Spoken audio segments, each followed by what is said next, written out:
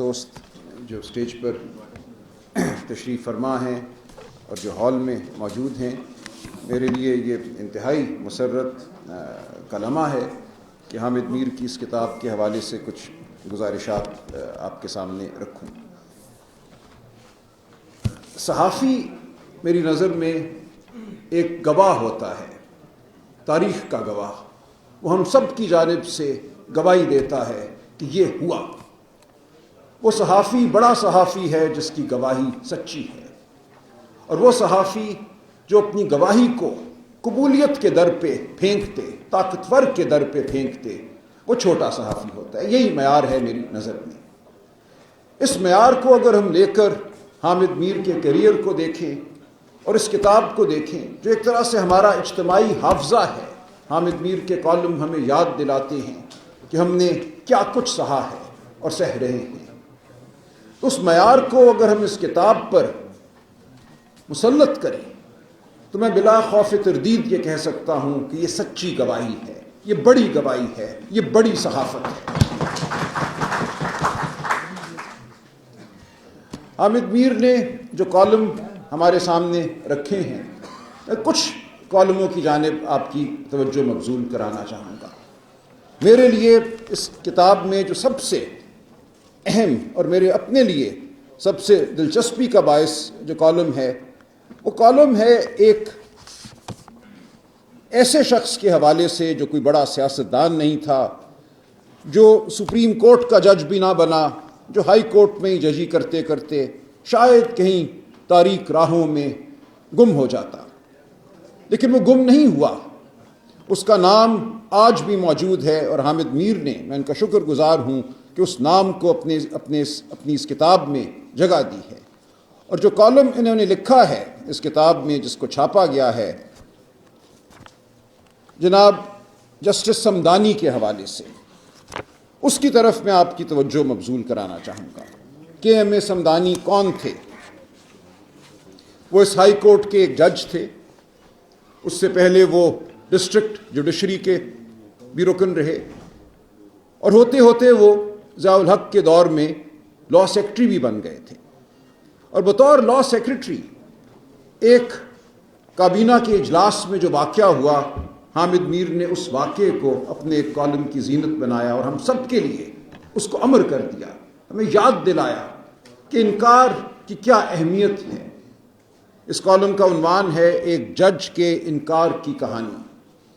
اس میں صمدانی صاحب مرحوم کے حوالے سے لکھتے ہیں کہ ایک کابینہ کے اجلاس میں اس وقت کے جابر اعظم ضیاء الحق نے یہ کہا کہ میرا جی چاہتا ہے کہ سیکٹریوں کی پتلون اتار کر ان کو الٹا لٹکا دوں۔ صمدانی صاحب کا خود تعلق وہ سی ایس ایس کر کے آئے تھے، چونکہ سول سروس سے تھا، انہوں نے برملا وہاں کہا، اور میرا جی یہ چاہتا ہے کہ کرپٹ جرنیلوں کی پتلونیں اتار دوں۔ اس کالم کو لکھنا اور اس واقعے کو اس کتاب کا حصہ بنانا، اس کا کیا مقصد ہے؟ حامد میر ہمیں یہ بتا رہا ہے کہ انکار، جابر کی آنکھوں میں آنکھیں ڈال کر انکار کرنا ہی انسانیت کی معراج ہے۔ آج ضیاء الحق کا نام لیتے ہوئے ہم جھجکتے ہیں، لیکن کے ایم اے صمدانی کا ہم نام لیتے ہیں تو ہمارے سر جھک جاتے ہیں تعظیم سے۔ میں شکر گزار ہوں حامد میر صاحب آپ کا کہ آپ نے صمدانی صاحب کے انکار کو اپنی اس کتاب کی زینت بنایا۔ جو کالم آپ نے چنے ان کالموں میں آپ کا یہ کالم شامل ہے۔ ایک چھوٹا سا واقعہ اگر میں اپنی طرف سے کہہ دوں، صمدانی صاحب سے بہت میرا اپنا قریبی تعلق تھا، والد صاحب کے انتہائی قریبی دوست تھے۔ میرا سارا بچپن ان کے گھر میں گزرا، ان کی بیگم صاحبہ، ان کے بچوں کے ساتھ۔ تو میں جانتا ہوں کہ ایک سچے انسان کی زندگی کیا ہوتی ہے، اور ایک وہ انسان جو ہمیشہ دنیاوی ترقی کے حصول میں رہے، اس کی زندگی کیا ہوتی ہے، ایک درویش کی زندگی کیا ہوتی ہے، اور ایک ایسے شخص کی زندگی جو جبر کے سامنے سینہ تاننے کی جرت رکھتا ہو اور تمنا رکھتا ہو، وہ زندگی کیا ہوتی ہے۔ تو کے ایم اے صمدانی صاحب، جسٹس صمدانی صاحب کی زندگی ایک ایسی ہی زندگی تھی۔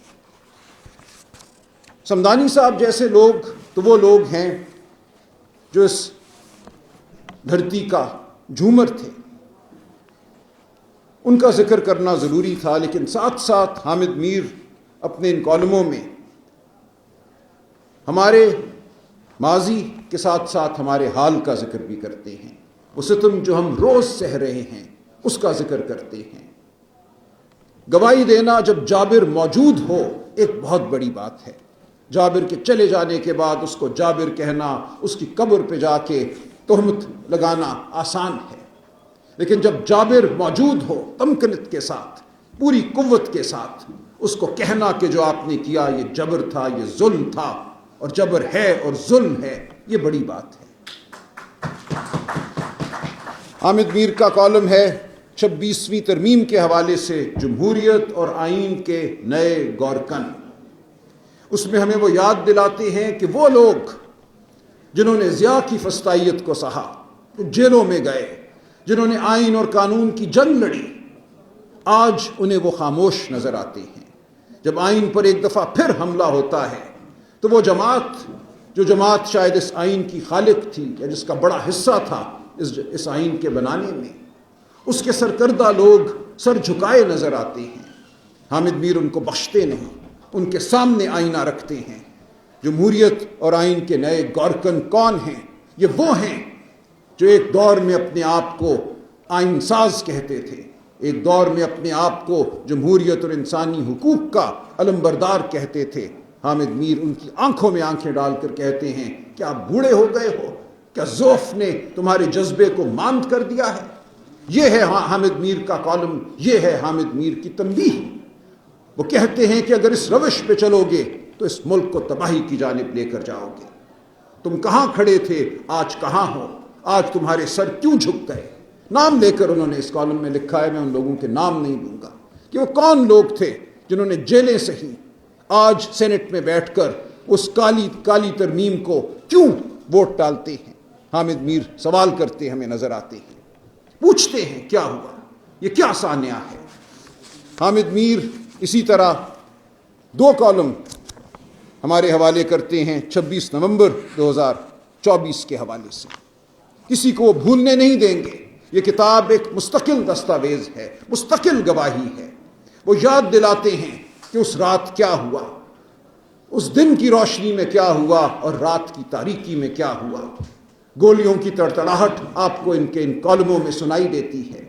وہ لاشیں جن کو غائب کر دیا گیا ہسپتالوں سے، وہ گواہی آپ کو یہاں نظر آتی ہے۔ وہ صحافی مطیع اللہ جان ہو یا کوئی اور ہو، جو جب ڈھونڈنے گیا اور جب اس نے لاشوں کا ریکارڈ دیکھا تو اس پہ جو مقدمے بنے، اس کی گواہی آپ کو یہاں نظر آتی ہے۔ حامد میر کسی کو بھولنے نہیں دے گا، وہ سوال کرتا رہے گا، یہ کتاب سوال کرتی رہے گی کہ کیوں تم اس ظلم کا حصہ ہو، کیوں تم اس جبر کا حصہ ہو۔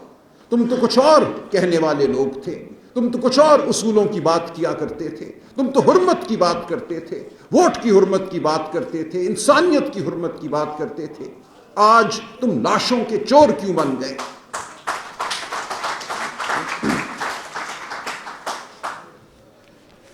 یہ کتاب تو میں آپ کی نظر کرتا ہوں، حامد میر نے ہم سب پہ احسان کیا یہ کتاب لکھ کر، اور بہت سے میرے دوست ہوں گے جو مجھے کہیں گے کہ نہیں حامد میر تو ہمارا بھی ناقد ہے۔ تو میں کہتا ہوں یہی تو اس کی بڑائی ہے کہ وہ ہر ایک کا ناقد ہے۔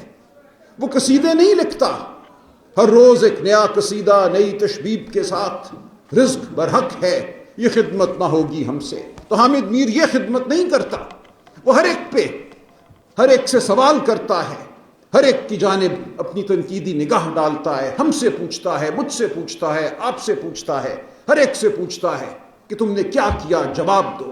اور ایک گواہ کی طرح، ایک سچے گواہ کی طرح وہ کھڑا ہے ہمارے ساتھ۔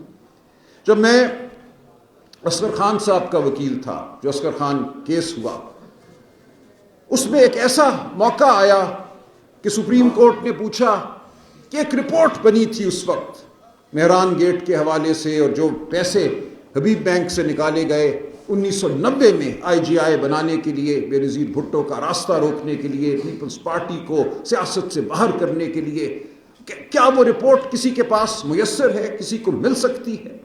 اس وقت ایک جبر کا عالم تھا۔